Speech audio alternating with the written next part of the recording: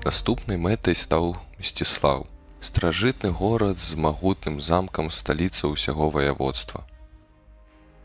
З усіх наваколляў людзі беглі ў горад, ратуючы свае сем'і. Тут была і шляхта, і мяшчане, і просты люд. І ўсе яны ведалі, калі горад упадзе, ворагі знішчаць усё, што звязвае гэты край з Літвой, і пойдуць далей, і ўвесь край стане толькі попелам.